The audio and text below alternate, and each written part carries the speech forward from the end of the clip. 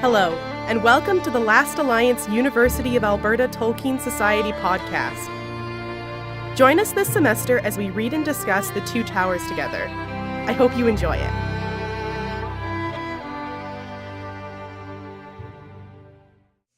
Okay, so we're going to go around and we'll begin with the two chapters we read, which were chapter 1 and 2 of book 4. So does anyone have something they want to start us off, and we'll go around the circle, and then we'll get into some conversation around this. Corinne, and we'll go clockwise. I very much enjoyed in these chapters Sam's not swearing sort of thing with Ninny Hammer, noodles, snakes. Yeah, right. It just made me so happy reading it. Yeah. I know that there's better things to discuss than that, but I just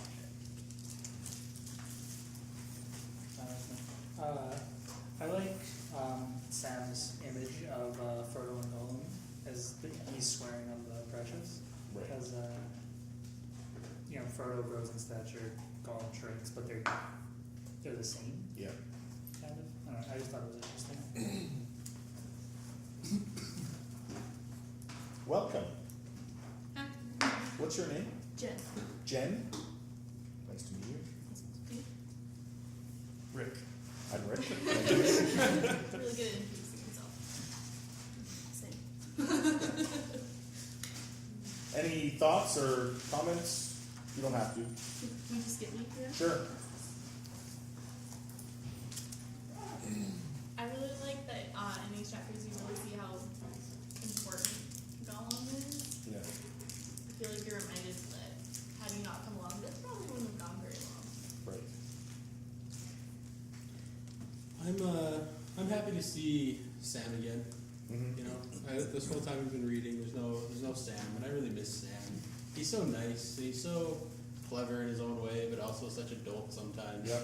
It's nice to get his I guess common perspective on things.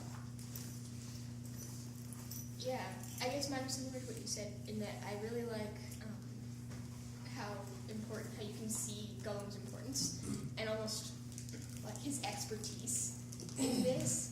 Like they're like, oh yeah, no, we're gonna walk around in the day. He's like, no, you can't walk around in the day. What are you thinking? And it's interesting because we know that Gollum isn't actually invested in their safety and happiness, but in these chapters, he does put on that impression that he is really invested in them getting to where they need to go and like taking care of them and giving them actual good advice.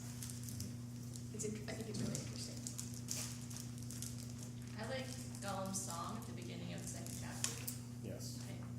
That's all I gotta say, but I really like it. And I just keep hearing the tune that's in the movie, which I don't really like, and so it annoys me a little bit. I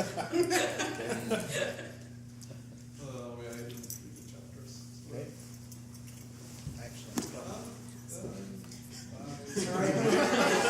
Oh, okay. See you later, Nathan. You're coming trick or treating, right? No. Oh, you're not coming. Oh, okay. Sorry. All right. No problem. See you. I also did not read the chapter. Okay. Really? I'm the first one who's going to get to the interplay between Gollum and Smeagol? Yep. Okay. Yeah. I've always been intrigued by the interaction between the two halves of Gollum and who's talking when and how they talk about themselves and each other. Yeah.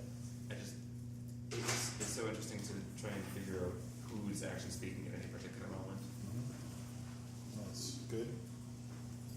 I really enjoy the first description of the blasted plane in front of Mordor. Yes. And yeah, that's also in the second chapter. Okay. I really enjoy Tolkien's setting descriptions in general. Like, I know it's weird that I find his descriptions of super gross landscapes more beautiful than his descriptions of beautiful landscapes, but I really, really like these descriptions. And I also really like the dialogue, and I think there's a good balance of description and dialogue that's just working really well in these chapters. But also I have a ton of notes about Gollum, and I really want to talk about Gollum. Okay. Good. You would like H.P. Lovecraft.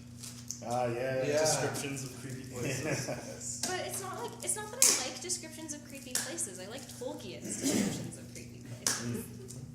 Fair enough. Yeah. I really like that this is the first time we see the hobbits on their own since the beginning of the story, and how they interact with their surroundings based on the experiences they've had. Well, we saw Merry and Pippin on their own. That's true. Well, this set of hobbits, I Yeah. suppose. Right. And I also like the googly eyes on this dragon. Yes. Really brings it together. It's characteristic of dragons. There's nothing I particularly enjoyed about these chapters.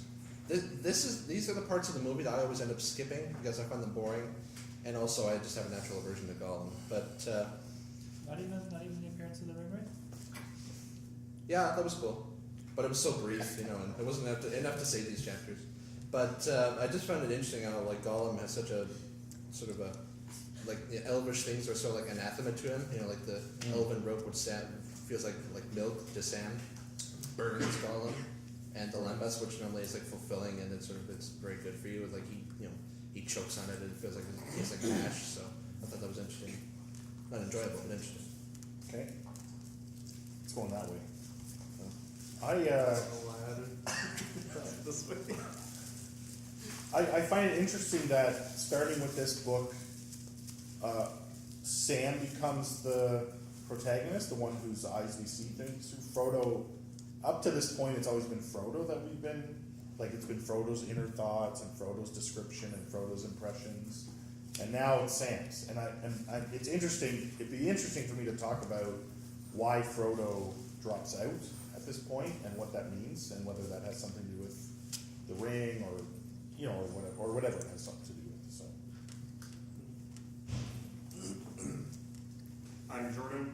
I'll just say I like the kind of in Gollum's little songs in chapter 2 there, the reference back to the riddle game, Right. from the Hobbits, just as a kind of call back to what we know him as, and kind of this idea that he's just only the one kind of fun thing he might have done in the mountains was just make up riddles and songs. I'm very glad you said that because that was one of my things that I wasn't going to fit in. I have so much stuff to say about this chapter. I ran into sticky notes. There's so many Hobbit references. Right. Why am I not surprised? Possibly the part that intrigued me the most was the quote where Frodo said, "One good turn deserves another." Because for some reason I heard that in my head in the voice of the narrator of the animated Hobbit saying it in Bilbo's voice. Ah, right. So I spent a lot of time Googling it, and what I actually found was not happy version of that. But spoiler alert, in The Return of the King, when they meet Sharky, Sharky tells them one ill turn deserves another. And I think that's a very interesting interplay between their two characters. Nice. Whoa. But it was not Bilbo That's being good. happy. Neither of these were good sentiments, but Right. that's super cool. That's some grade A sleuthing. Yeah, that's very impressive. Did some real They research. teach you how to there. Google good in library information. It's important to know. Talking English good also seems to be a priority. Okay, so, boy, where do we start here? Well, we'll start with mine because I'm in charge, and then we'll move from there. So, what do you make of this? What do you make of this shift in perspective? How now Sam becomes the main sort of character, and Frodo is sort of, in essence, Frodo is just kind of sort of dragged along. So, okay, so we'll start here. We'll just go around. So, Tara. I think Frodo at this point has become too separate from us. Like there were lots of references when something happened to Gollum, and Frodo be like, okay, he can't do this, he can't do this yet. As in, if this happens to Frodo, he also is in Gollum's place. I think he's become too removed of a character that we can't relate to him anymore on this level with the ring. Yeah. Whereas Sam is still relatable because he's still untainted by the ring. Nice, good. Yeah. Sort of to go off that, I'm thinking that we've been talking a lot about Hobbit mediation and bringing sort of this big,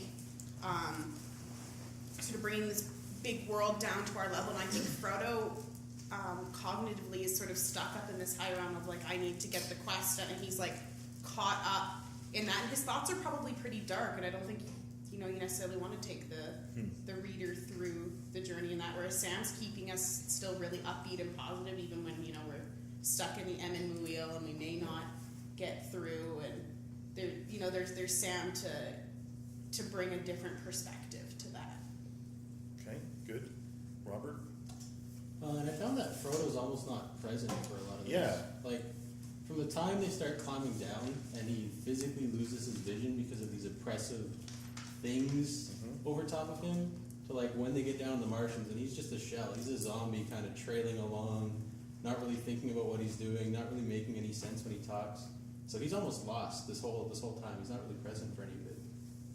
Good. Tristan? I just found that I think going back to Kara's relatability thing, that it's very much that Sam is so much easier to identify with, because I think that Frodo's already become a little bit tainted by the burden, and that's part of his reason for haste, is that he's worried about how much it's going to affect him. Okay. Good. Yeah, Sophia?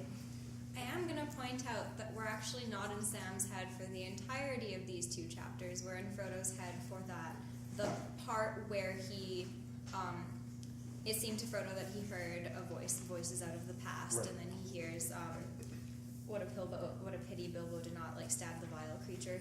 So that's still in Frodo's head. Yep. But then as soon as that finishes, we go straight to Sam stared at his master, who seemed to be speaking to someone who was not there.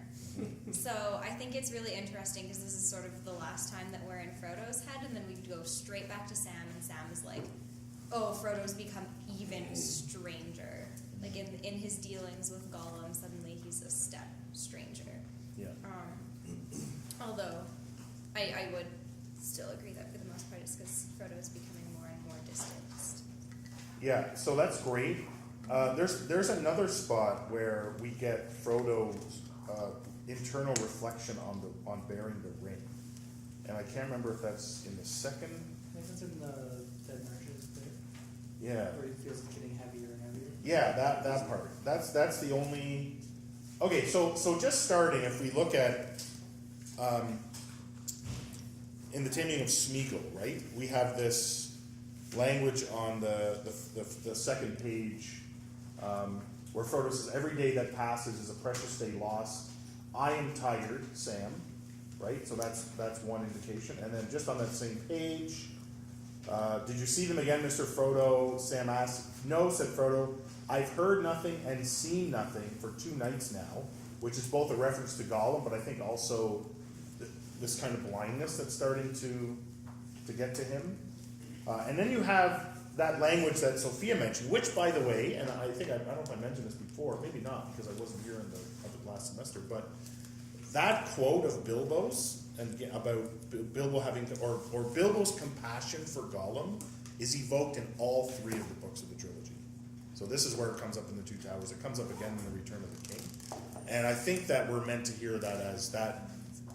For Tolkien, compassion is sort of the primary virtue, right? But also that echo is a kind of reminder of it's Bilbo's compassion that actually is driving this whole book, right? It's because of his compassion in The Hobbit, and it's such a beautiful moment in The Hobbit too, right? That all of this is possible, and Frodo has sort of inherited that compassion as we see in his dealings with Gollum. Yeah, Josh. I'm just gonna hop back to the hear nothing and see nothing for the past couple nights. That's actually very interesting because there's this idea in some fiction that being unable to dream is really bad for you. Right. If he's just like completely blank inside, just totally dead inside, then he's already started going down the ring path.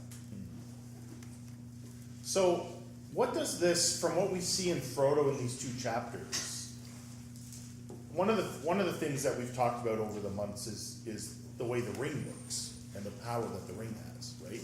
And now we're seeing this with Frodo, right? So what does this tell us about the ring and about the power that it has, the effects that it has? Does it give us any more sort of insight into how it works and what it does? Any thoughts on that, or are we sick of that conversation?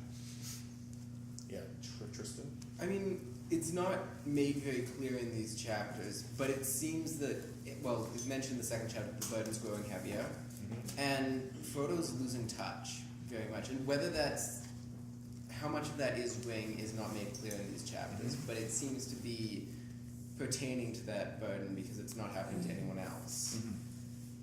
Okay. Sophia?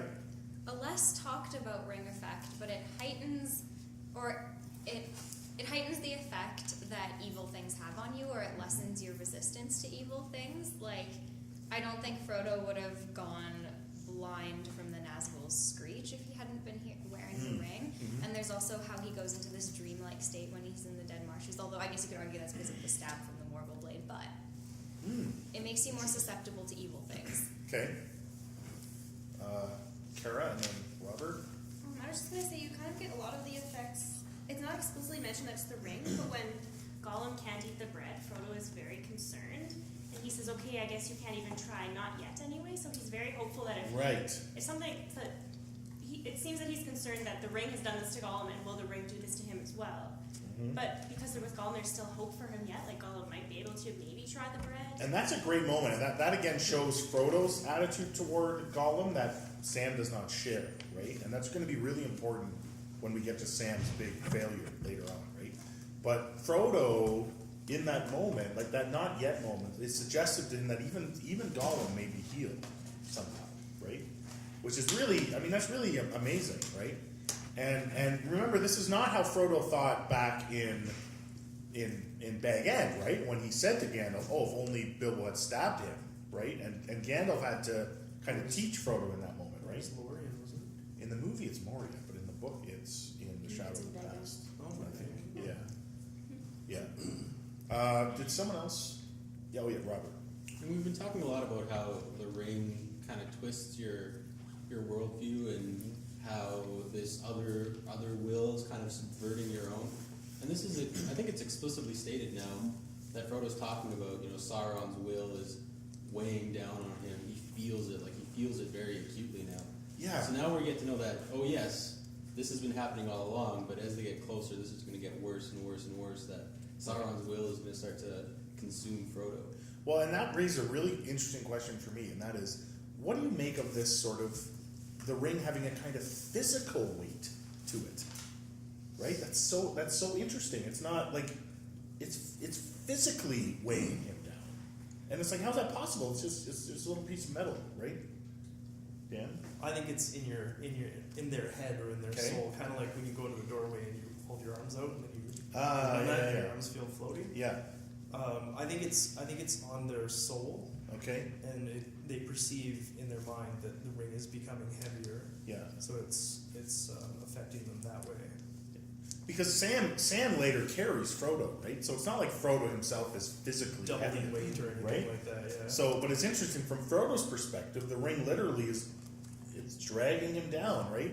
We saw it already with the Mirror of Galadriel. In fact, I think that the ring starts to pull in some strange way, right? Now the ring does seem to have a kind of pull. Like it seems to be able to.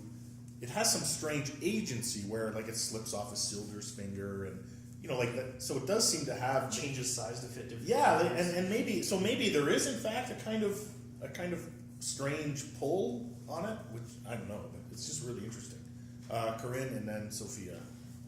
Sort of go back to the earlier discussion. Sure. I think that a large part that we're seeing, I don't know, like if it's like a specific ring effect, but the effect that we're seeing on Frodo is the level of despair that he has, and that like he grudges every second, every hour of delay, and right. Whereas before it was just like, okay, we're gonna get to Mordor and it's gonna be tough, and I should do this alone, but I've got friends and I think I can do this. Whereas now it's like I grudge every pitfall, every second that I am delayed in, and so he's thinking about time and about that effect in a far different, more negative way than he has before. Good. Sophia? I think what I like about the ring is that it blurs the line between sort of like truth, I suppose, like what is provably true, because in a way, if Frodo is experiencing the ring getting heavier, then there's no way to tell whether the ring is like quote unquote actually getting heavier, because that would also be perceived in his mind, if that makes any sense. So I don't know, this is like a major tangent, but the ring is kind of an interesting comment on like mental illness, and because I feel like a lot of the time you would like perceive that, oh, this isn't real, but it's like if you've ever been like so heavy you can't get out of bed or something, then it's like whatever is in your mind is real, and I feel like the ring kind of works like that. That's good. Yeah, Tristan? I would mention the metaphor of the weight of responsibility. Before Frodo had a leader, he had Aragorn, he had Gandalf, he had someone. Now it's him. And that's a huge burden because he's doing the biggest thing in the world by himself, and he's the one responsible, not only for himself right now, but also for Sam and now for Gollum. Okay, nice. And that's huge. That's good. I like that too. Danielle? I'm not sure if it has to do quite with the ring, but definitely with like the change in Frodo's. We had that conversation between Sam and Frodo about the Lamnus spread and how they won't need it after. There's that sense that once they get to Mordor, they're not coming back. Right. At least Frodo has a sense. I think Sam hasn't quite come to grips with that yet. Right. But you definitely see that Frodo has come to that understanding, and I think that maybe that. I'm not sure if that's the ring or if that's his just change in perspective that he has there, but I think that's an important part that happens in that text. Well, it's interesting that of course, Frodo says this way back in chapter 2, right, in Bag End, where he says that my journey is not there and back again like Bilbo's. It's from flight into danger. But of course, it's so interesting. We're still in the Shire there, right, where everything is still really small. So we hear Frodo say that, but as readers, we're kind of like, yeah, but, this is the Shire. Nothing bad happened, right? But now in Mordor, when Frodo kind of reiterates that, now I think for the first time as readers, we're like, well, actually, I wonder now. Maybe this is a one-way journey, right? So that's a really good point that comes up at this moment, right? Yeah, Jesse.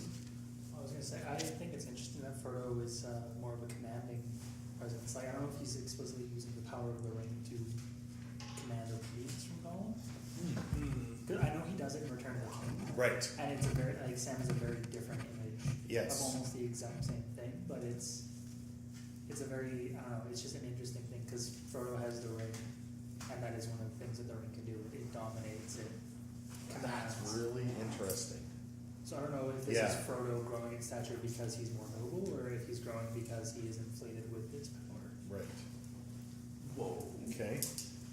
Jordan? I was just curious on how much we think this is solely Frodo's or the ring's own agency in this thing. Because we also, I believe, correct me if I'm wrong, but in the books, the ring does have the kind of mass manipulation property to switch sizes, at least for the bearer itself, and to free itself. So causing itself to grow in weight would not be beyond the realms of possibility for it physically, but also mentally. What exertions could it arrive to, and what would be its purpose in doing it by itself on Frodo? Okay, so that's good. So in the context of that question, I want to read this from Frodo, and this is on the second page of chapter 1. So Sam says, we've come the wrong way. And Frodo says, I wonder, said Frodo. It's my doom, I think, to go to that shadow yonder, so that a way will be found. But will good or evil show it to me? What hope we had was in speed. Delay plays into the enemy's hands, and here I am, delayed. Is it the will of the Dark Tower that steers us? All my choices have proved ill. I should have left the company long before and come down from the north, east of the river and of the Emyn Muil, and so over the heart of the battle plain to the passes of Mordor. But now it is impossible for you and me alone to find a way back, on and on and on. So that question is really interesting. Is it the will of the Dark Tower that steers us? Okay, so Tristan. I just wanted to point out a different aspect of that passage. All I do turns to ill. It's the exact same thing that Aragorn said at the start of Book 3. Yes. And it's, I think, relating back to that weight of responsibility. Okay, good. Corinne? Also, sorry. Along with what Tristan was saying, but I'm not seeing it necessarily as sort of that weight of responsibility, but maybe more of an awareness of where, or at least like an unconscious awareness of where the song is coming in. Because Aragorn's saying this after Boromir has died, the Fellowship, you know, he's got to choose whether or not to go after Merry and Pippin or to go after Frodo. And Frodo is seeing this at a point where, like, I should have left earlier, I could have gotten into Mordor, but then he needs Gollum. Right. So it Right. turns out to be, in a way, the better decision, but he doesn't know it at that time. Same with Aragorn doesn't know. Right. Okay, good. He's better. Good. Jesse? I was actually going to say something similar to that, because I think it does turn out to be fine that they're delayed, because it gives the rest of the group time to get all their stuff done. Right. I just like it because Gandalf isn't there to say, oh, it turns out it's really a great thing because of all of these reasons. Right. I'm sure it's echoed something. That was my point. Sarah, and then Josh? Yeah, I was kind of thinking similarly, like that actually the delay works out for them. But something that kind of goes along with that is what Kurt was saying about how pressed Frodo feels for time. Yeah. And how it seems to around him. I think it's like, feels like he has to really hurry. And I almost think that it might be actually less that delay plays into the hands of the enemy and more that Frodo's desire for haste is really what's going on. And it's actually like Sam and Smeagol that hold that back. It's not Frodo who does it himself, but if Frodo had, like if that hadn't fallen into place, if Frodo had left earlier or gone earlier, then it's likely he would have walked directly in through the front gates of Mordor and been captured. And so I wonder if that's almost more the influence of the ring drawing him, right? Like the ring doesn't want to be destroyed, but it would like to get to Mordor. That would be ideal. So, yeah. So if maybe that haste that he feels, that Right. really driving desire to get there and to get exactly where he sees that he's going, is actually the ring number. So that raises an interesting question, right? Because, like Gandalf does say in Shadow of the Past, that the ring wants to get back to Sauron, right? Now, does the ring, quote unquote, know the plan? You know what I mean? So is the delay, the ring delay, kind of saying, well, I don't want to be destroyed, so I'm going to hold them up, right?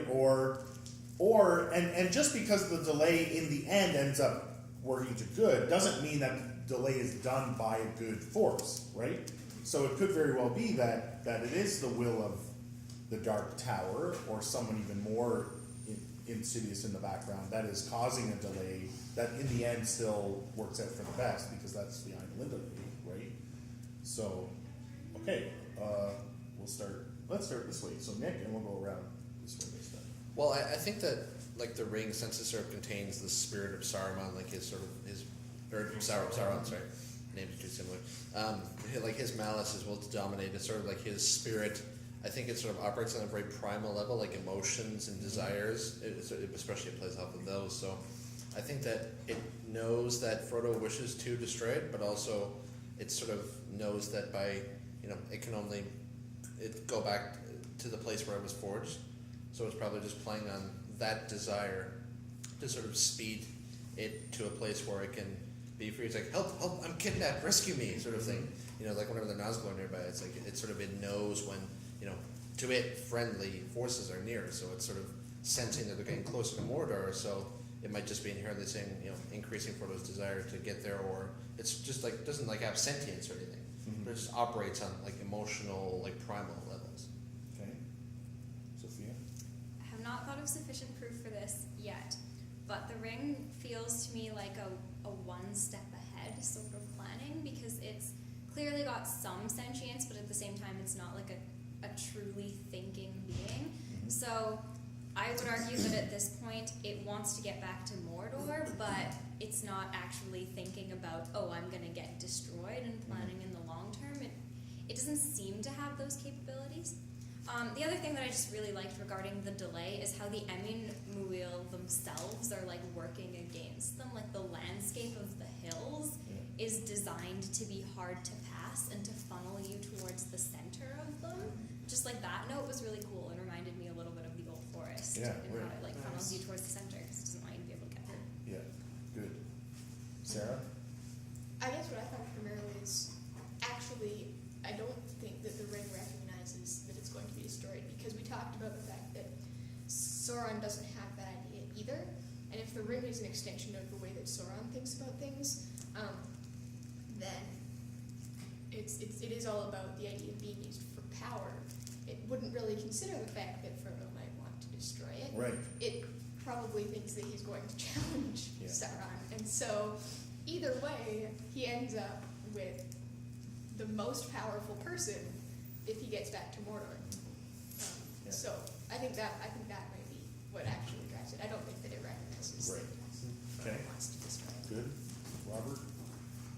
Just everyone talking sparked a memory that something's really, really emphasized, and that's that there's a direct path to Mordor. Tolkien takes a step back and actually narrates it just as a narrator that, oh yeah, by the way, they didn't know this, but there's this feature in the landscape. If they just walked this way, they would have went right to Mordor. Right. And then Gollum reiterates it in his own way that, yeah, we could have just gone that way, but you'd be caught. And it isn't until they make the choice to go through the marshes the long way, that the ring actually gets heavy. So up to that point, the ring is just, subverting him. He feels the will. Yeah. But it doesn't get physically heavy and draining until they make the choice to take the other fork. Interesting. It's very Okay. interesting. So what if the ring does know that, oh, this is bad? Right. They might get in behind. Like, I wonder if it is that forward thinking. Yeah, I mean, it may be again, it wants to get to Sauron as quick as possible, right? So any delay, but then of course the question of the delay would not be the will of the dark type, right? It would be the will of, unless there's another power at work that is aware of the plan, like a Morgoth kind of power, right?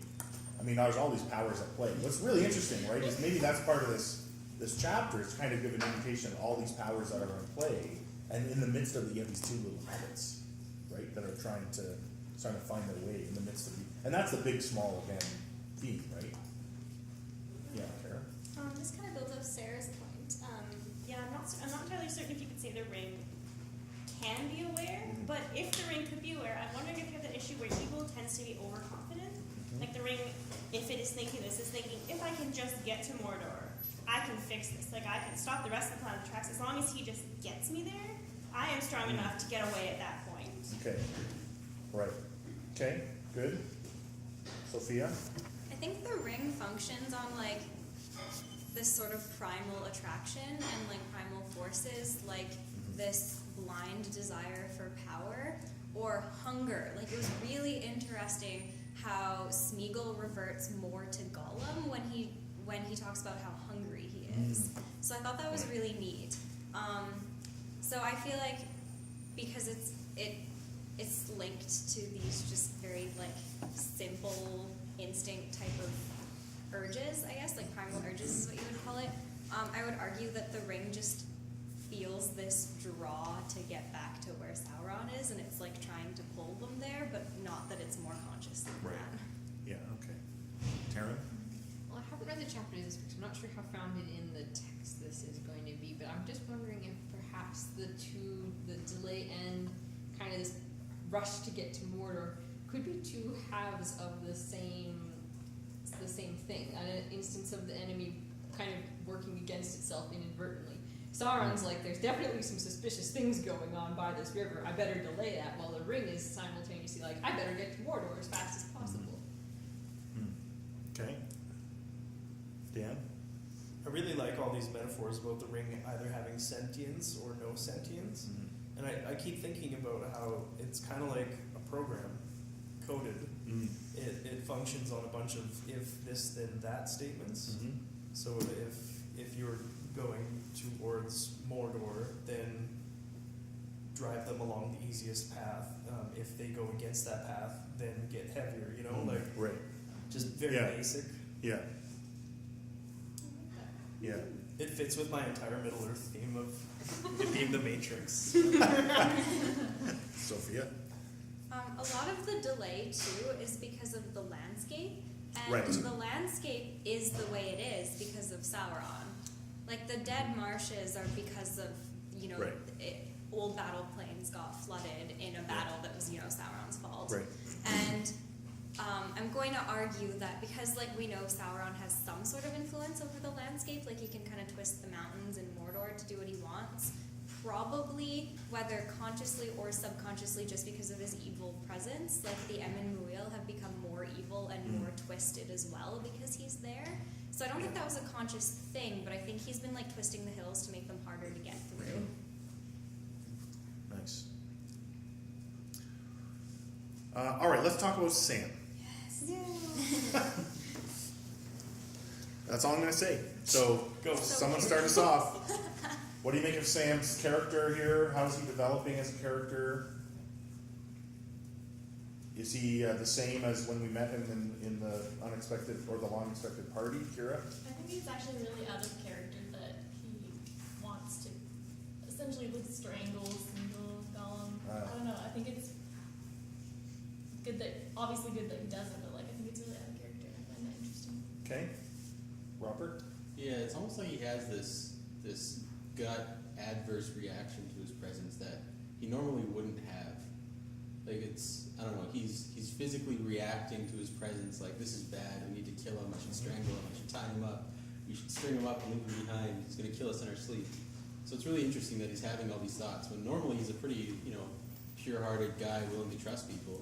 And like they even go all night sleeping, nobody gets their throat cut, but he still won't trust them, which is interesting. Okay, Sophia? I think honestly that Sam is reacting pretty reasonably because they know Gollum is going to try and kill them some way or another, sooner or later. That is not at all unreasonable to assume. So I think Sam is very kind of down to earth at this point. Like, yes, he's definitely become harsher for a hobbit, but I think he is at least partly reacting to necessity. And the difference is that Frodo is becoming a more elevated being at this point. So I have this note somewhere that Frodo is becoming Bilbo when he's like, oh no, I actually just pity Gollum, and Sam is becoming what Frodo used to be.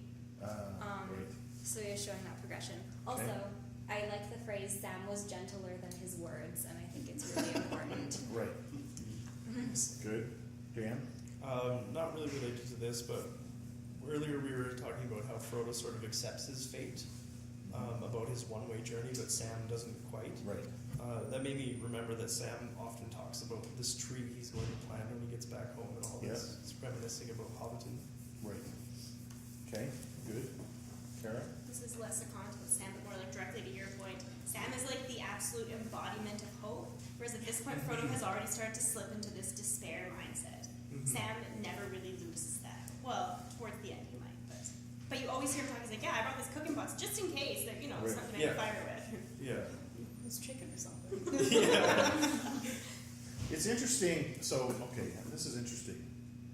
Whether Frodo's despair, because I would say, I'm with.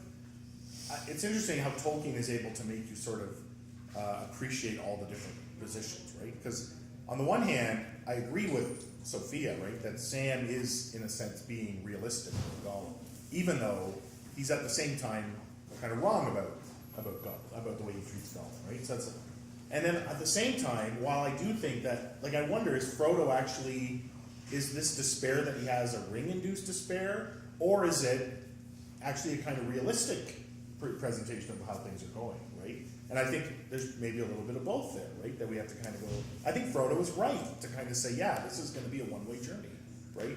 So. Anyway, so I like how all of that was kind of at play, and you're sort of, I'm at least sympathetic to kind of every, I'm also very sympathetic to Sam's hopefulness, right? So, yeah, Corinne? Sam's just very, right from the second that we see him in the chapter, he's very interestingly unquenchable. It's like, well, Master, we're in a fix and no mistake. He's still using very common hobbity, folksy hobbity vernacular. He's not he's not in this, this high speech, it's the end of the world and, and all shall fall. It's just well, you know what? This is just irritating at this point.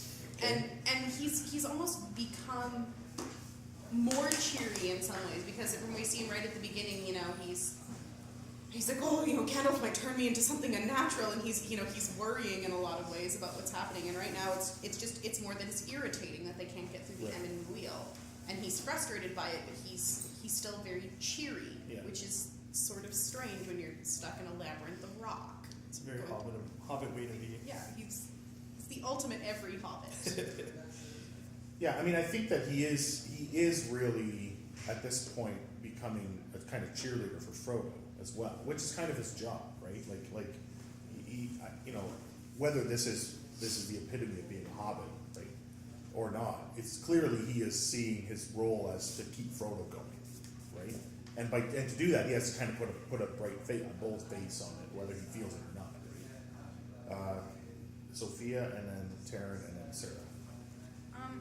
I think Sam is able to stay cheerful because he has a much smaller worldview than Frodo. For him, it's really about like, okay, we're gonna cross these hills, and he's not really thinking about Mordor yet because Mordor isn't really a solid thought in his mind.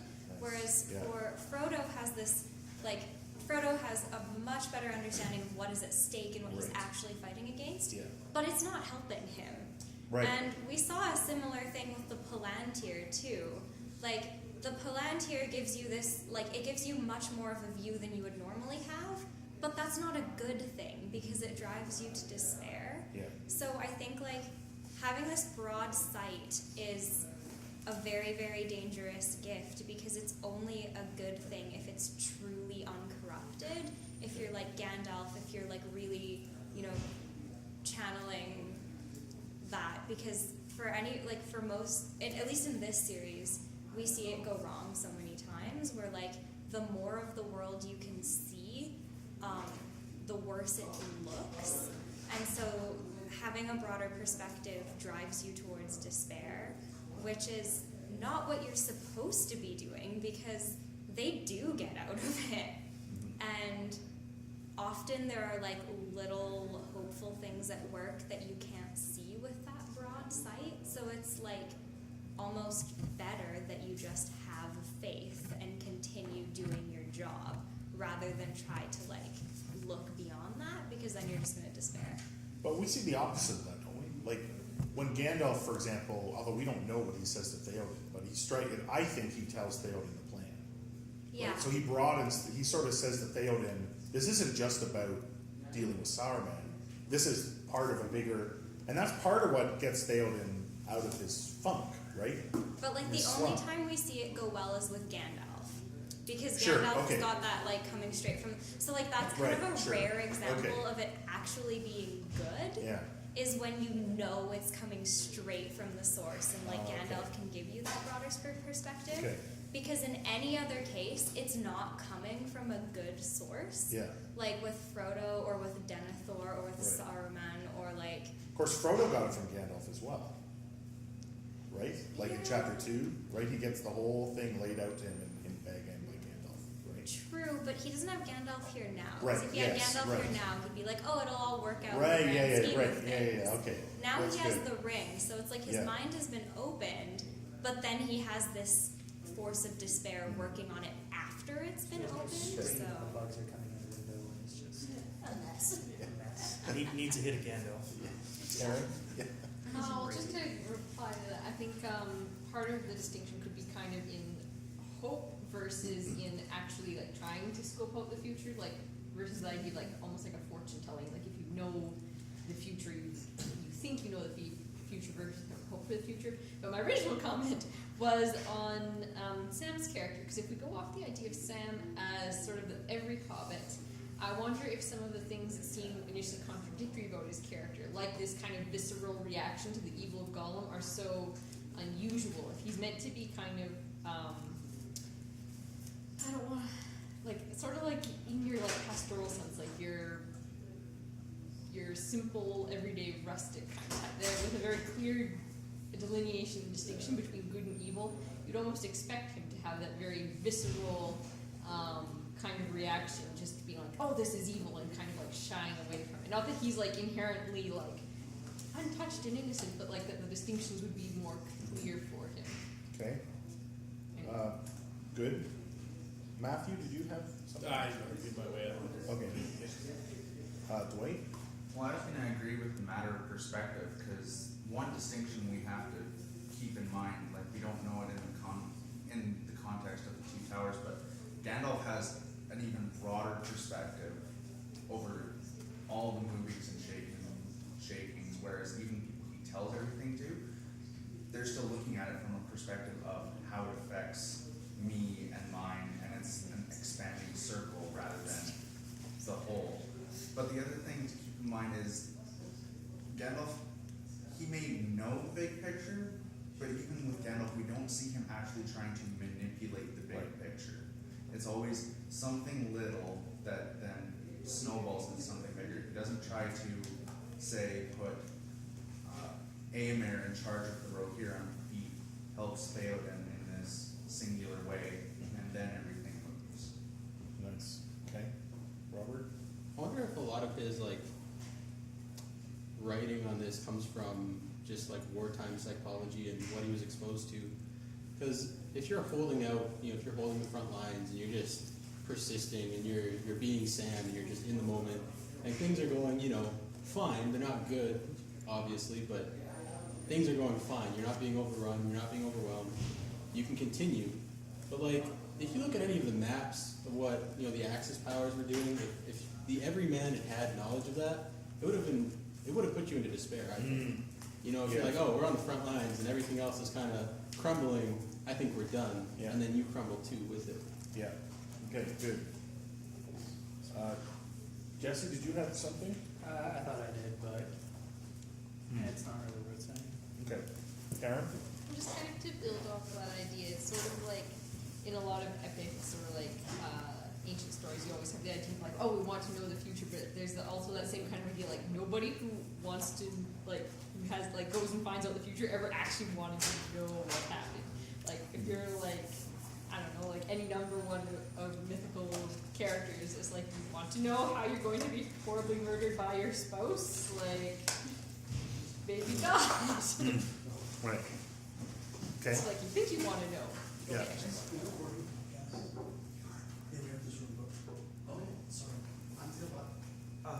Two.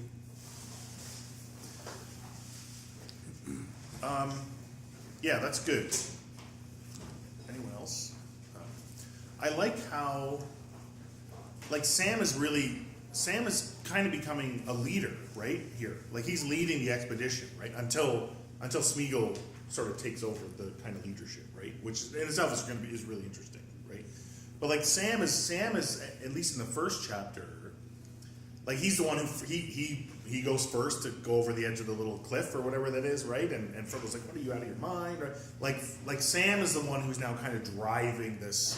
Frodo is, and maybe this is, like you said, Frodo sort of has the big picture, but he's at a complete loss on how to actually implement it. Whereas Sam is sort of like, I don't know what, I like Sophia, you said, I don't know about Mordor. All I know is we got to get out of these hills, so let's just do this. Let's do that, right?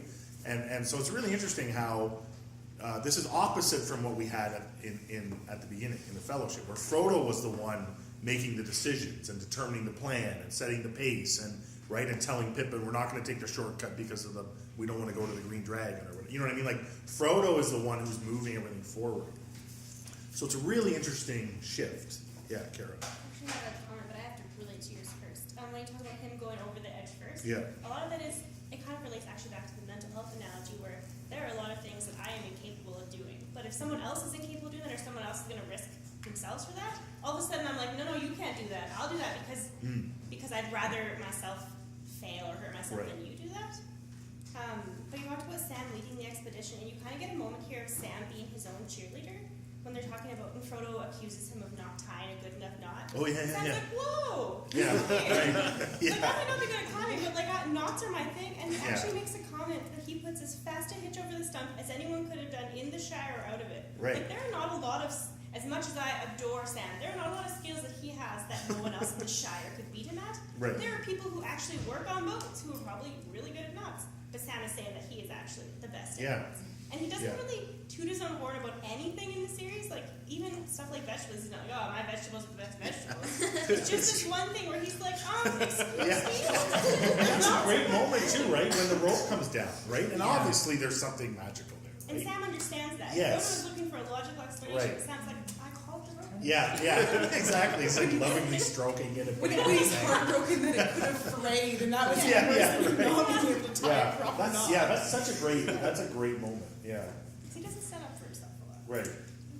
Yeah, Jesse. I was gonna say in regards to Frodo having the big pictures, he's got a massive world map that he can see, but there's no labels, there's no north or south. It's all very confusing looking. Whereas Sam is a very detailed but tiny map. It has everything you could possibly want. It's got distances, it's got labels, it's got directions, it's got everything. But he's only got that one little map. So that's great. He's going to change it up for another map when he gets to the next little bit. It's off this one. Right. Whereas first, I can't. This. Yeah. Maybe it's, I just got to turn, no? Yeah, that's nice. That's Yeah. so interesting. That's good. How does that? The butterfly this way. Yeah. Okay, let's talk about Smeagol. And, okay, Jesse, you start us off, and then we'll see where we go. I think it's interesting that Frodo's idea of one good turn deserves another is we're not going to kill you, so you have to lead us out of here. Remember that time I didn't kill you? It could easily be reversed. Right. But it's interesting how Frodo there is. I mean, that's a kind of hobbit mentality, right? And, like, you know, you're sort of trusting. It's like, okay, we just, you know, we've done this for you, now we expect you to do this, right? Okay, that makes sense. That part of it, right? Yeah, But what? we didn't kill you, so now you have to do stuff for Right, us. right, So that right. doesn't seem No, very not the maybe not the sort of practical level, but on the ethical level, Yes. right? And what's interesting is, and this is what I find so, like, what I try to do when I read these chapters is to remember that Smeagol is also a hobbit, right?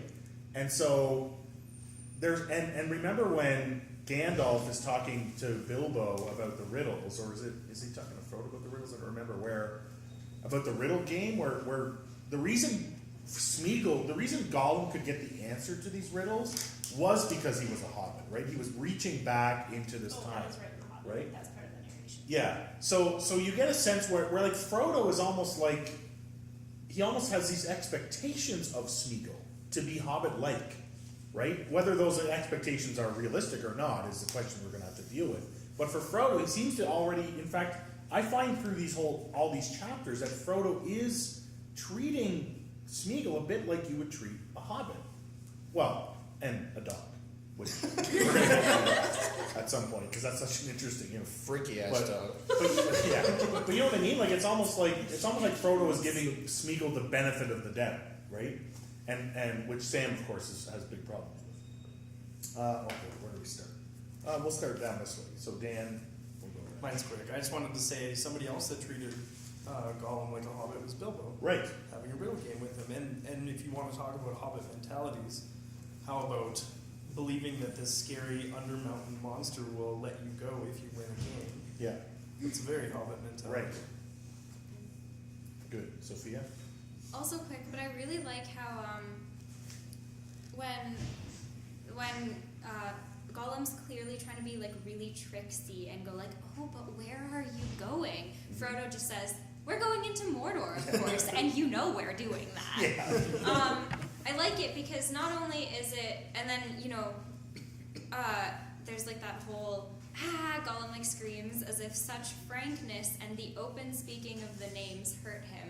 Like including such frankness, so I find it really interesting that Gollum is actually hurt by total honesty, and you have that like the most effective way to fight deceit is like with complete honesty. Right. But I also think it's interesting because the hobbits are fairly tricky. Like hobbits are generally pretty good at not telling other folk what they're up to. But with Gollum, Frodo's just like, we're going into Mordor. You know that. Don't play games with me. So. Yeah.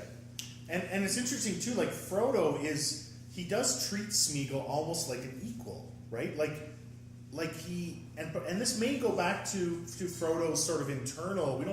We get hints of it with the Lembas, right? That Frodo seems to be under the impression that Smeagol can be healed from this, right? And one of the ways that you maybe now this is speculation, but one of the ways that you sort of deal with someone like this is you treat them as if they weren't like they are. You know what I mean? Like you treat them like they're just a normal person as a way of kind of ignoring the dysfunction, right? And Frodo seems to be like, especially later on when he gets into real kind of almost dialogue with Smeagol, right, in other chapters. And Sam, of course, just can't seem to bring himself to do this, right? So it's really interesting. Or is that, and this is going to get to Jesse's point, is what we're seeing here is sort of kindred spirits, not because they're hobbits, but because of the ring, right? So that's the other question. Yeah, Sarah? Also, kind of to build off that idea that he uses that one good turn deserves another idea, is the sense that's different between Frodo and Sam. Frodo spared Gollum's life and kind of seems to consider that to be a done thing. And so he does expect that Gollum will now help them, but there doesn't seem to be this idea in his head that, well, I can always kill you later. Like, that doesn't seem to be something that he thinks of, Right. or that he thinks that he'll hold over Gollum's head, where Sam definitely does. Or Sam is thinking of it as, well, I guess I'll go along with this for now, and if this goes badly, we can always kill him later. Frodo doesn't think that way. For Frodo, the sparing of Gollum's life is a done thing. Gollum is alive, and that part of that is over, and now to move on to what Gollum does in return. Whereas for Sam, it's more of a threat. Okay, good. I thought that was really interesting. Yeah, that's good. I wonder too. I wonder too if Frodo has a weird sort of unconscious assumption that Gollum won't kill him because he has the ring, and there's a weird trust that Frodo has in Gollum. Like although clearly it's misplaced because Gollum does in the end. Because he's Gollum. Yeah. Anyway, I don't know. Yeah, Robert? Yeah, that's kind of interesting. I don't know. I was always with Frodo on this one. Even when I was like a wee lad, I always thought that if they just treated Smeagol better, nothing bad would have happened. Like, and there's scenes later on in the book where you see that he is redeemable, and he would have been redeemed, but people just kicked him while he was getting up. And one person in particular. And we'll see that. I mean, that's such a key moment in the story. It's a beautiful and terrible moment, right? Yeah. So, yeah. Yeah, Jen. I really think that this chapter specifically opens up the world that Frodo's kind of like in this middle area where on one side he has his past, which is Sam, and on the other side he has Smeagol, which is his future. And it's kind of like this like transition period for him. Nice. So it's important for Frodo himself to treat Smeagol like he's a hobbit because he was, and he doesn't want to get lost like he did necessarily, right? And That's Sam kind of really good. brings him back to the Shire. Yeah. Ooh, I like that. That's really good. Yeah. Good. Yeah, Jesse? I just want to touch on like the oath that Gollum swears is he swears to keep the ring safe, to never let him have it, and to obey the master of to serve the master of the presence. Right. He doesn't promise to serve Frodo. He doesn't promise. Right. Read the fine print when you sign the contracts. It's just like, no, I'm gonna keep the ring safe. That's and I'll serve whoever the master is. And Which it is doesn't- him. Yeah. Right? In his mind. Right. Which one day will be him again. Yeah. No, that's right. You want to get to that too, so we're going to have to get... Yeah, Corinne? 2 points actually. One is when we're talking, I couldn't help but be struck when we're talking about the Hobbit mentality and sort of this assumption. It's sort of what we were talking about with the Old Forest, like sort of the polite rules that hobbits try to impose upon the world. Like, there's this hedge, which of course one would respect the hedge as a hobbit. We've seen what the Huorns can do at this point, and you realize it's sort of foolish to expect that something where the trees may come alive is, they're going to respect the idea of this hedge boundary. And Frodo does sort of the same thing, where he's assuming, well, we've got this sort of gentleman's agreement here, one return deserves another. Yeah. And Gollum has put in an escape clause into his agreement. Yeah. But sort of when we're talking about the difference between, how Frodo treats Smeagol and how Sam treats Gollum, I think that's the key point, is Gollum to Sam. He's seeing more of that sort of split personality idea that we're seeing, that he's banking on that being the stronger part of Smeagol, of this Gollum creature, whereas Frodo is looking at Smeagol the Hobbit, and that's sort of part of the personality, and that's what he's trying to appeal to in the hope that will be healed and that will become the stronger part, whereas Sam is saying, no, it's Gollum, and Smeagol's coming out for a little bit, but it's going to be Gollum. Good.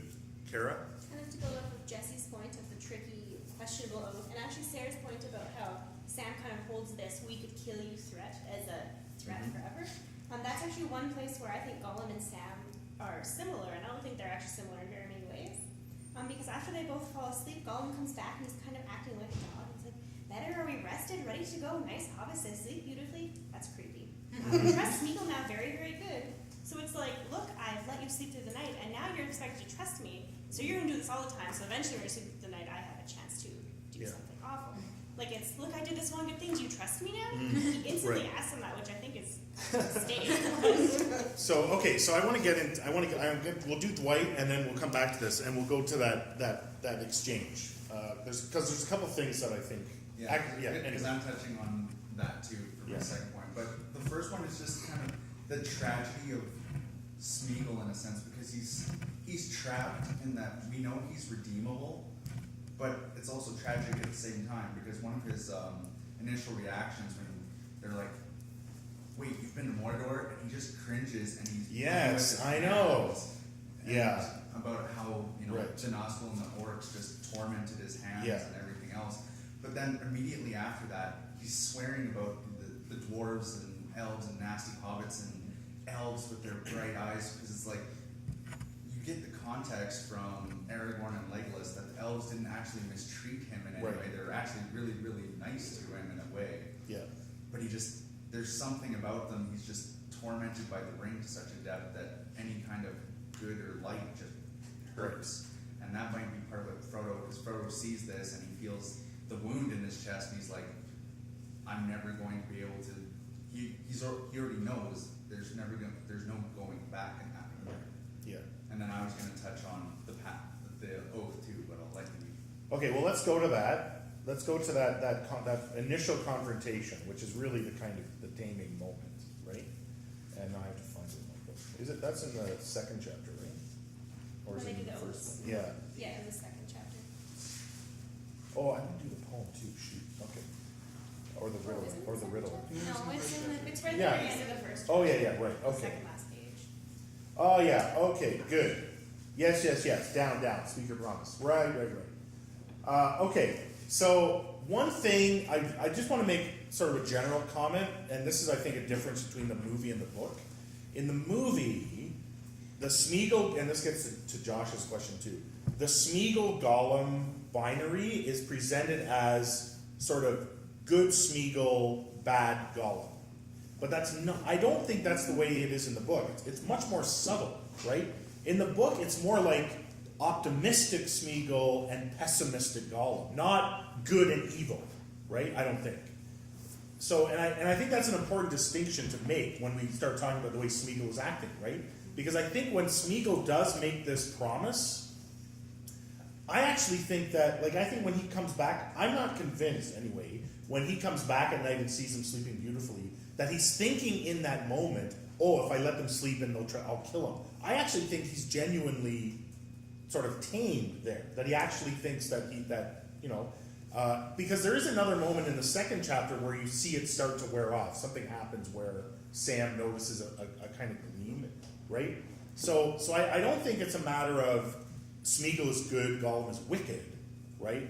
And in that sort of split personality way, it's more like Smeagol has a kind of optimism, right? And I want to see when we get to their little inner dialogue, whereas Gollum has the more sort of pessimistic view of things, of how things are going to turn out. That's how I would distinguish the two sort of characters, I guess. Yeah, Jesse?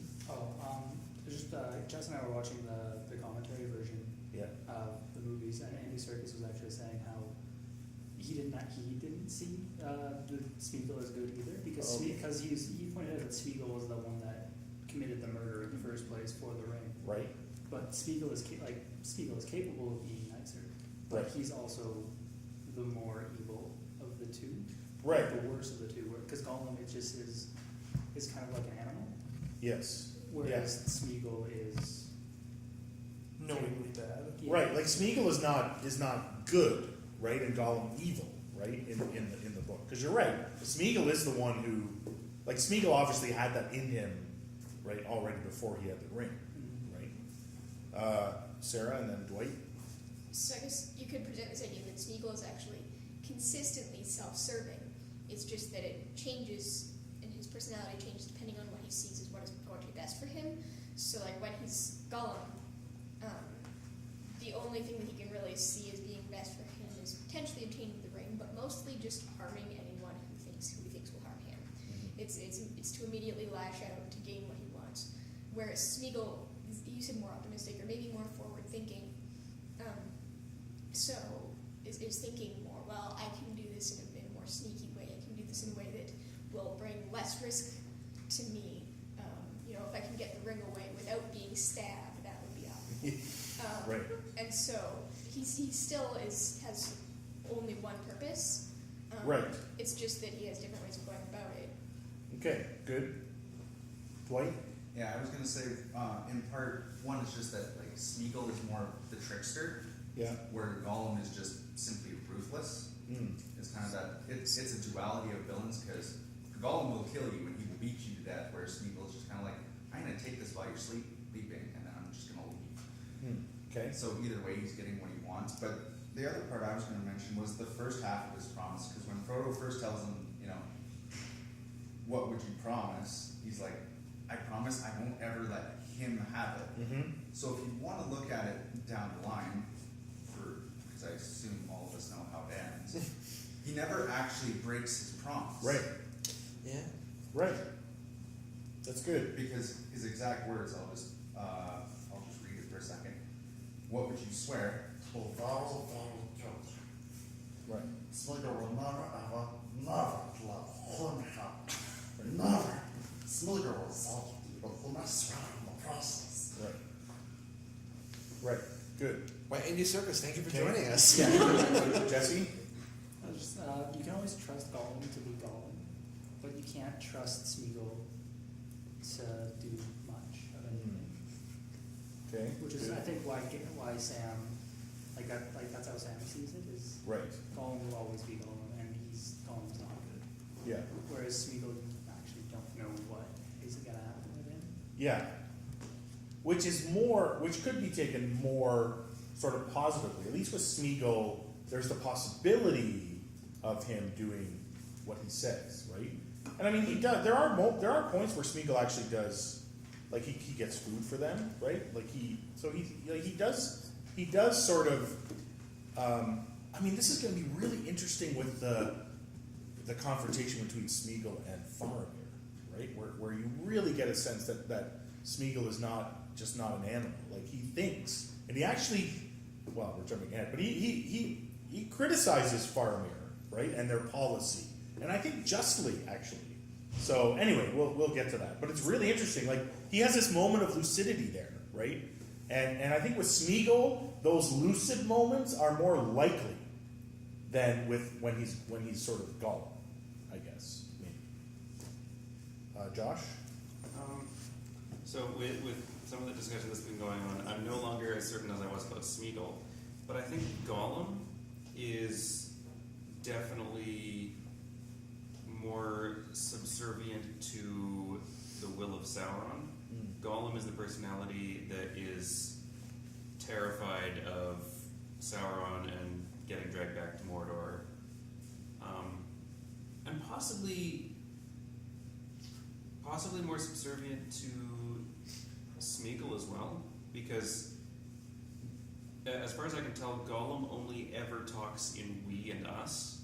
Smeagol does occasionally have moments of myself and Right. I. Yeah, Matthew? That's good. Yeah, I was just gonna point out too that Gollum sometimes talks about Smeagol, which is interesting, but there's never an I. Like there's this funny line. I don't know. I think it's kind of funny. No said Gollum. Smeagol promised. Like talk about his promise too, but it's kind of like a kind of split of who's doing the promising in the and who's responsible, and it has to fall within that promise. Kind of said Gollum. Smeagol promise, but yeah, just more evidence for that. Also, I was gonna just mention earlier, but with the kind of the way the difference between how it's presented in the movies, it's always kind of struck me how, like with the good and evil type thing going on, in the movies you have a presentation that's like less like a split personality, whereas you have more of that in the books, and it's more like he's like possessed by Gollum. With kind of the way the two function, whereas in this you have kind of like his personality is just fractured, and it's still all kind of the same guy, but it's totally mixed up. Right. As opposed to like some kind of external problem. Gollum was kind of, which comes from Smeagol and his history and things too. Robert, you got your hand up there?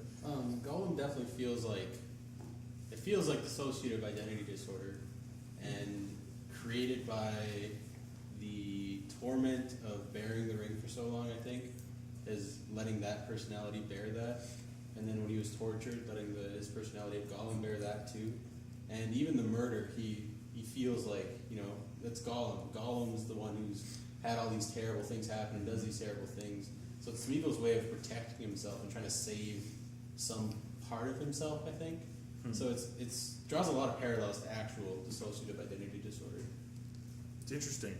I wonder how much Tolkien knew about that, or how much. Because I mean, like Sophia, you mentioned the geography. I mean, the description of that area around Mordor.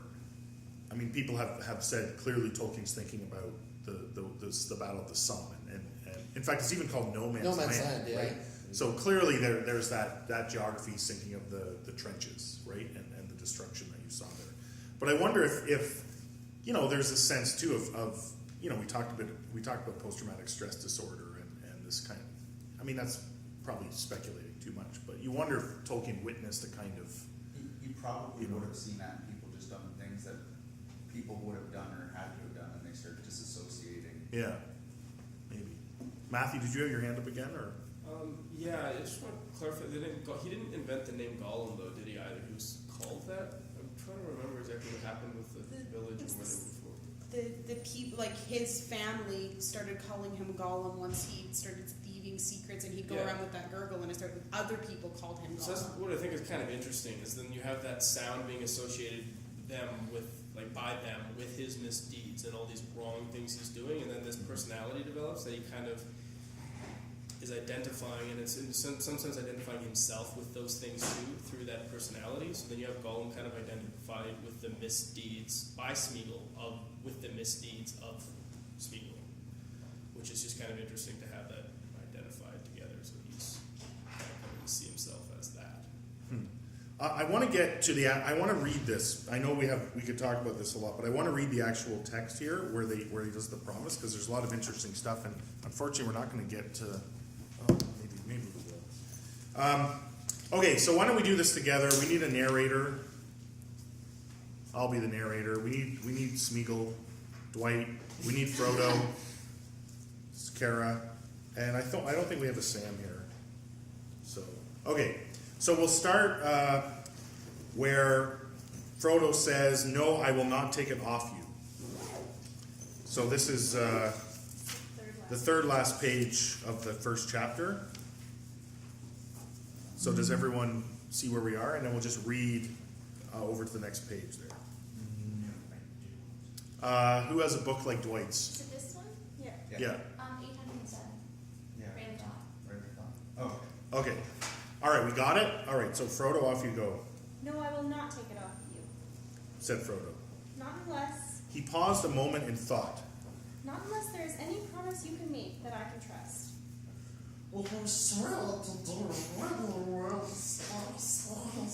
Said Gollum, still twisting and grabbing at his ankle. Swear? Said Gollum suddenly and clearly, opening his eyes wide and staring at Frodo with a strange light. Frodo drew himself up, and again Sam was startled by his words and his stern voice. On the precious? How dare you? Think. One ring to rule them all, and in the darkness bind them. Would you commit yourself to that, Smeagol? It will hold you. But it is more treacherous than you are. It may twist your words. Beware.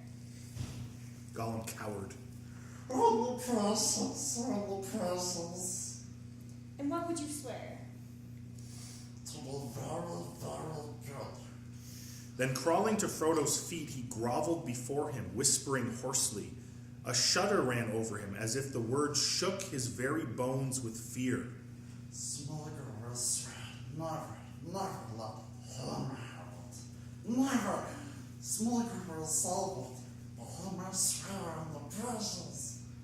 No, not on it. Said Frodo, looking down at him with stern pity. All you wish is to see it and touch it if you can, though you know it would drive you mad. Not on it, swear by it if you will, for you know where it is. Yes, you know, Smeagol. It is before you. For a moment it appeared to Sam that his master had grown and Gollum had shrunk, a tall, stern shadow, a mighty lord who hid his brightness in a great cloud, and at his feet a little whining dog. Yet the two were in some way akin and not alien. They could reach one another's minds. Gollum raised himself and began pawing at Frodo, falling at his knees. Down, down. Now speak your promise. What promises? That's a promise. Ever serve the master of the precious. Good master, good Smeagol. Suddenly he began to weep and bite at his ankle again. Take the rope off, Sam. Reluctantly Sam obeyed. At once Gollum got up and began prancing about like a whipped cur whose master had patted it. From that moment a change, which lasted for some time, came over him. He spoke with less hissing and whining, and he spoke to his companions direct, not to his precious self. He would cringe and flinch if they stepped near him or made any sudden movement, and he avoided the touch of their elven cloaks. But he was friendly and indeed pitifully anxious to please. He would cackle with laughter and caper if any jest was made, or even if Frodo spoke kindly to him, and weep if Frodo rebuked him. Sam said little to him of any sort. He suspected him more deeply than ever, and if possible, like the new Gollum, the Smeagol, less than the old. Okay, we'll stop there. Okay, so there's lots of interesting things here. And we don't have time to go into all of them. But my first thought is, when Frodo says, "No, I will not take it off you," said Frodo, "not unless..." And then he paused a moment in thought. "Not unless there's any promise you can make that I can trust." What is what is that pause about, I wonder? Like, is that... Yeah, Jesse? Well, I mean, he has pity for Gollum, and Yes. he's obviously in pain and suffering. Right. So maybe like he's trying to give him a way out because Frodo's he has pity. He's Yeah. But it's so... for him. Yeah, but it's so interesting that he would choose this means of doing it, knowing what he's asking Gollum to do here. Yeah, Dan? Is this like a, if you think of it, you'll follow it better? Like if he drives Gollum to suggesting the promise? Do you think Frodo wants Smeagol to swear on the precious? Do you think Frodo has this in mind? Like, this is the way we're going to get Gollum to obey? And if so, what do we make of that? It's like, is cunning, that... and I don't know what else the pause would indicate. Yeah. Sarah? Yeah, well, Frodo is really intelligent. So when he says, "Unless you can make a promise that I can trust," like, I'm sure that there are lots of promises that Frodo would trust in other people, but not very many that he would trust in Gollum, because Gollum doesn't hold very many things to be sacred, right? And so I think Frodo definitely, maybe it wasn't his intention, but I think when he stops and thinks about it there, he recognizes that there's one promise that Smeagol can make that he can trust. There's only one thing that Smeagol thinks is important enough to bind him. But what's so interesting, and I'm glad So you used the word bind, right? Because, like, Frodo is very aware of the evil of the ring, right? And it seems to me that no sort of good person would force someone to bind themselves to the evil of the ring. That's why I'm wondering, like, when Jesse's first comment is this the ring? Is the ring involved in this process at all? Or is this Frodo? Because it seems like with what we all know about the ring, if you have an ounce of pity for someone, the last thing you do under any circumstance is make them bind themselves to the ring. I mean, that seems to me would be right. So okay, bye everybody. Robert.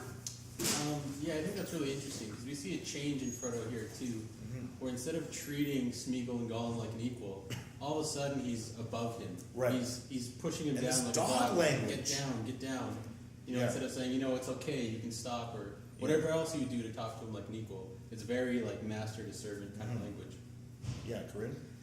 I'd almost reject a little bit that it's this manner of promise in general that Frodo's looking at, whereas I'm taking the pause as more of a, he says not unless, and he's like, oh, I don't actually have an unless sort of thing. Where he's thinking of a problem, right. because when Gollum says, oh, we will swear on the precious, Frodo's immediate reaction is to say, on the precious, how dare you? Yeah, right. So I don't know if that's maybe a ring thing where the ring is giving him more of that dominant sort of idea, or if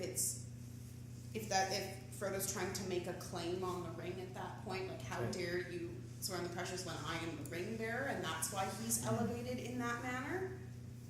But I wouldn't say that manner of promise is actually what Frodo was looking for in that clause of thought. Good. Kara? I think this also ties in a lot to the way that Gandalf deals with people, including Frodo. Like, Gandalf never told Frodo, you have to take the ring. He sort of planted a lot of the ideas in his head, but waited for Frodo himself to come to that conclusion. And I also wonder if it's less, like, Gandalf is obviously trying maybe not to meddle as much, but I wonder if in Frodo's case it's relieving him of this guilt of binding Gollum to the ring. If I don't suggest it, but he suggests it himself, then I haven't bound him to this. He has bound himself to it. Okay. Nick?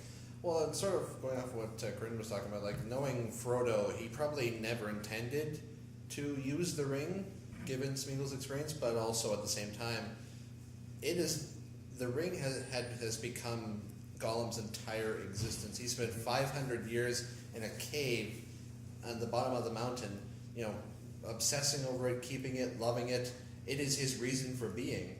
It is the only thing that Smeagol could swear by, that Frodo would trust. If Gollum would say, "Oh, I swear by, the names of my ancestors," or "I swear by whatever," it wouldn't be as trustworthy because of just how obsessed, how sort of devoted he has become to the ring. It is the only thing that he knows that when he talks about the ring, Gollum is being honest. Okay.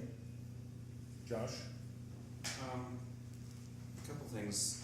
Yeah, Frodo doesn't force Gollum to bind himself to the ring. He gives him the opportunity to suggest his own promise, and in fact tries to prevent him from swearing on the precious. Yeah, but does he? But okay. That's right. I think Frodo is testing Gollum, not in like a pass-fail sense, but just who are you? I think if Gollum had come up with something more like the names of my ancestors, something more hobbitish, that would have told Frodo that, okay, you actually have a significant amount of hobbit left in you. You're not only devoted to the ring. Right. And it would have given him a different perspective on who Gollum is and how to deal with him. Okay. Good. Matthew?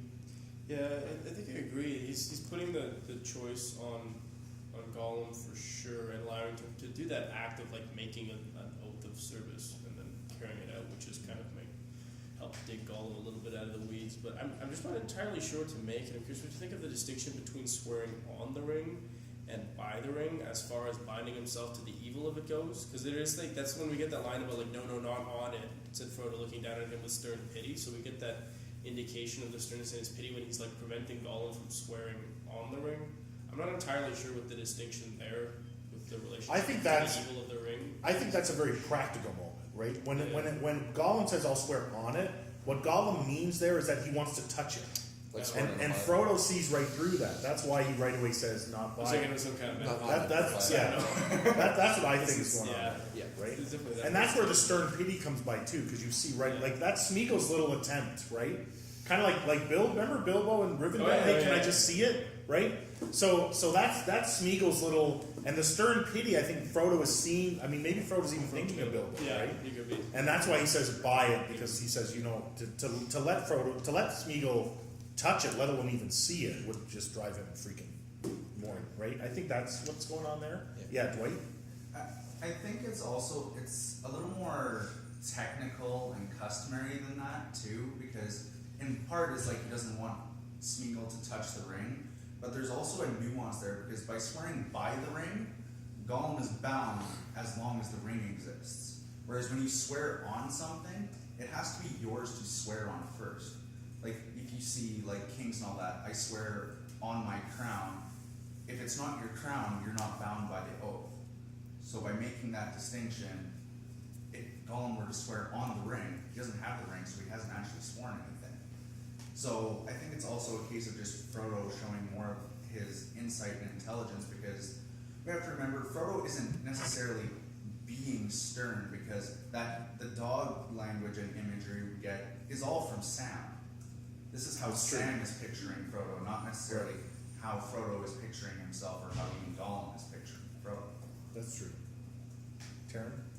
I would just quibble a bit on the idea of having to own something to swear on it. I mean, I think it has more to do with the idea of invoking authority, because you can have the idea of swearing on a Bible. It doesn't have to be your Bible. Any old Bible will do.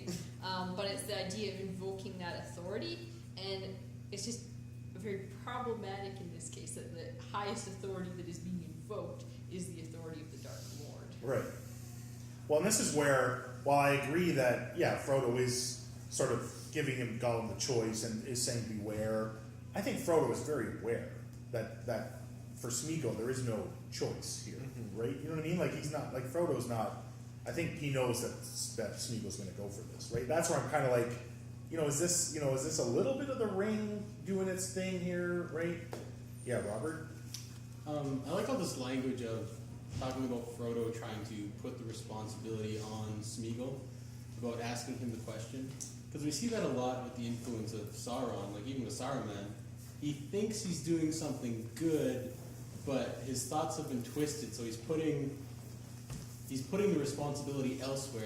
It's Gandalf's fault for not going along with the plan or trying to help. It's always somebody else's fault. It's always that subversion of responsibility, trying to give it to somebody else. So it feels a lot like ring talk to me. I just feel like if Gandalf were there and that Gandalf might intervene at this point and say to Frodo, let's not do that.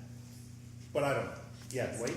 I don't know. I kind of don't disagree. I kind of agree with Nick in that regard, though, because there's nothing else that could bind Gollum at all. Like, if Gandalf were there, Gollum would be too terrified by Gandalf to even bother with anything. Yeah. If he could even stand being in the presence of Gandalf, because Gandalf being an Astari, you have no idea how Gollum would actually react to Gandalf's presence. Yeah. But there's nothing else Frodo could have him swear by, because what's the default if you want someone to swear at the utmost? It's like, by your life. But Gollum doesn't care. Right. Like, I can't think of how the passage goes in the books, but just to invoke the mood for a second, we even see, like, as Gollum is dying in Mount Doom, he doesn't care. He has the ring, and that is the utmost. As long as that's a possibility, he doesn't care. Well, that is his life. There is nothing else but the precious. Right, but that doesn't make what Frodo does the right decision, right? Is what I'm saying. But I could be wrong about that. Because you're right. There is nothing else. And part of this again goes back to when we talked about this with the Children of Húrin and with the Silmarillion. It's just the idea of oath making in general, which never tends to turn out well in Tolkien, right? So there's that whole part of it too. I think he was very careful in this case. Like, usually people make oaths and then it treats them in ways they didn't expect. Whereas here, Gollum, like right up front, is like, I swear to do these things that I know I can do and that I'm going to do anyway. And he does them. Yeah. Well, I do want to, because now we're probably out of time, which is shoot. Okay, so we have to wrap up. I really wanted to talk about the fact that fish riddle comes up again, because I think that's really important. But okay, it's different too. We can't. Yeah, well, it's finished, right? Well, he gives it's the answer complete. part of it, But we talked about how that is autobiographical, right? So anyway, all right. Hey, thanks everybody.